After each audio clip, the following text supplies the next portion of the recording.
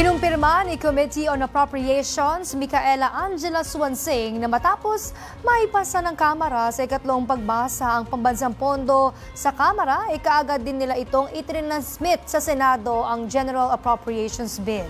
Ang buong detalye ihatid sa atin ni Julian Bunag, live mula sa Batasang Pambansa. Julian?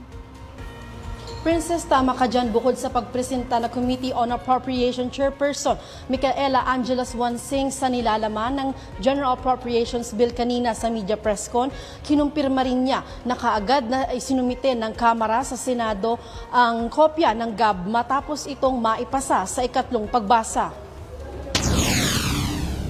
Essentially, what we're trying to do, as we committed on the part of the House, is to create a people-centered budget for fiscal year 2026. Yan ang tiniyak ni Committee on Appropriations Chairperson Micaela Angela Swansing sa isinagawang media press con ngayong araw. Bukod sa pagtitiyak na bukas ito sa publiko at transparent ang proseso ng paggawa ng budget, gusto rin anya nilang matiyak na ito'y makatutugon sa pangangailangan ng bawat Pilipino. Tatlong sektor o ahensya ang binigyang prioridad sa alokasyon ng pondo na mula sa DPWH, ang edukasyon, kalusugan at agrikultura.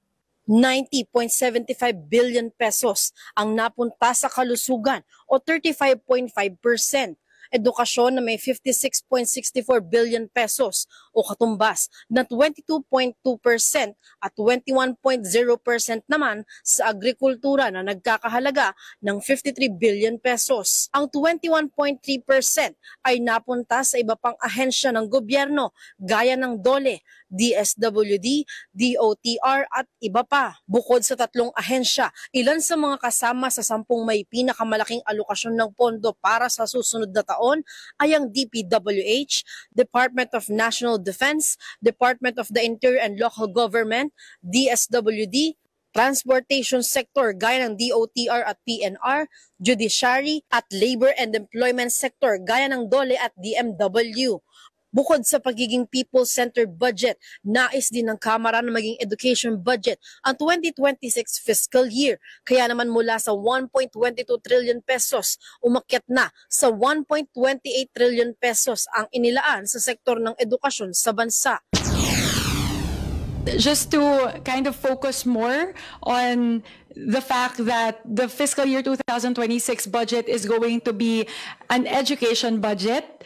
The budget for fiscal year 2026, I am happy to report, will be the highest education budget in the history of our country, with a total of 1.28 trillion pesos. Sa taong 2026 din anya, mapupunan na ang kakulangan sa mga SUCs na matagal na ring inaantay ng mga state universities and colleges sa bansa. Sa kabuuan, umabot na ito sa 12.31 billion pesos sa ilalim ng Universal Access to Quality Tertiary Education.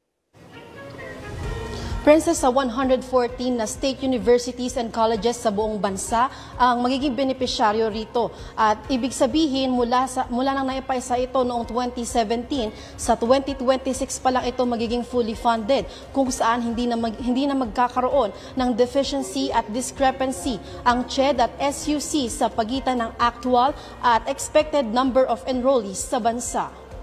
Yan munang update mula rito sa Kamara. Para sa totoong balita sa Bagong Pilipinas, Julian Bunag, Congress News.